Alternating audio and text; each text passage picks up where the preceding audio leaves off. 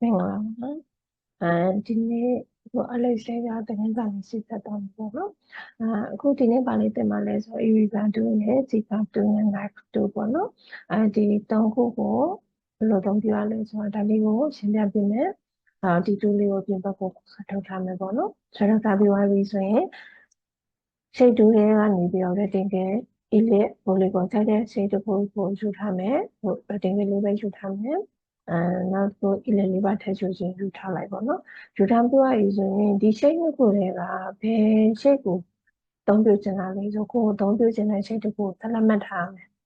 မှတ်ထားပြီးဆိုမှပိုင်းဖြတ်ချင်တဲ့ shape တစ်ခုပေါ့နော်သတ်မှတ်ထားမယ်သတ်မှတ်ထားတဲ့ shape ကိုမှ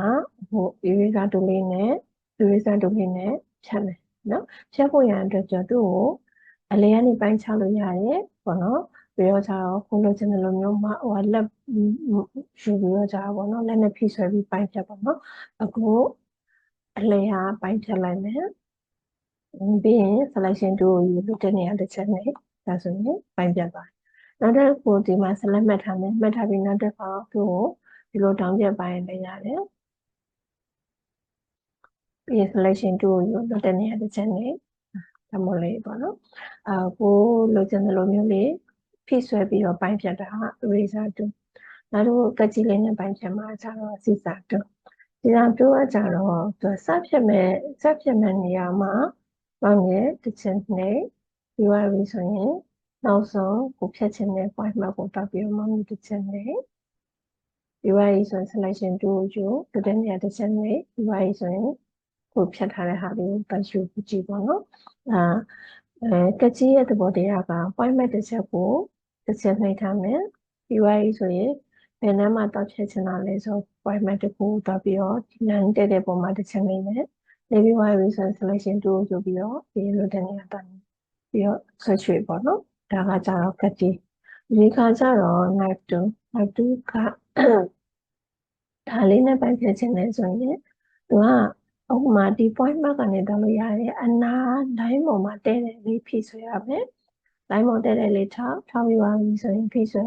ပြီးသွားပြီဆိုရင်ဒီဘက် line တဲတဲ့ပုံမှာထောက်ရမယ်တေချောင်းဒီဘက်နည်းနည်းလေး short ကျော်ဆွဲလိုက်ပါနော်ပြီးရင် selection 2ကိုယူလွတ်တဲ့နေရာတစ်ချက်နဲ့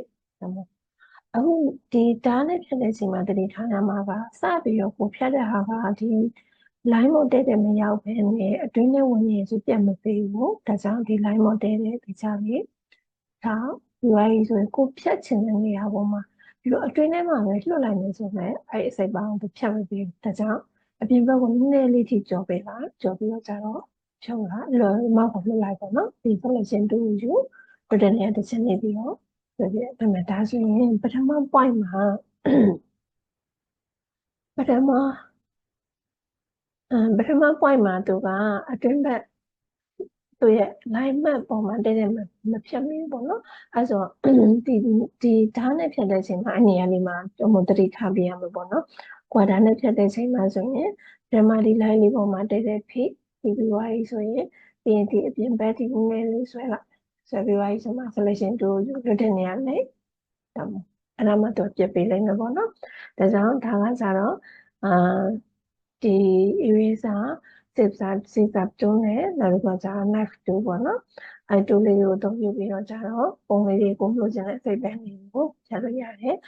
ဒါကဒီလိုပေါ့နော်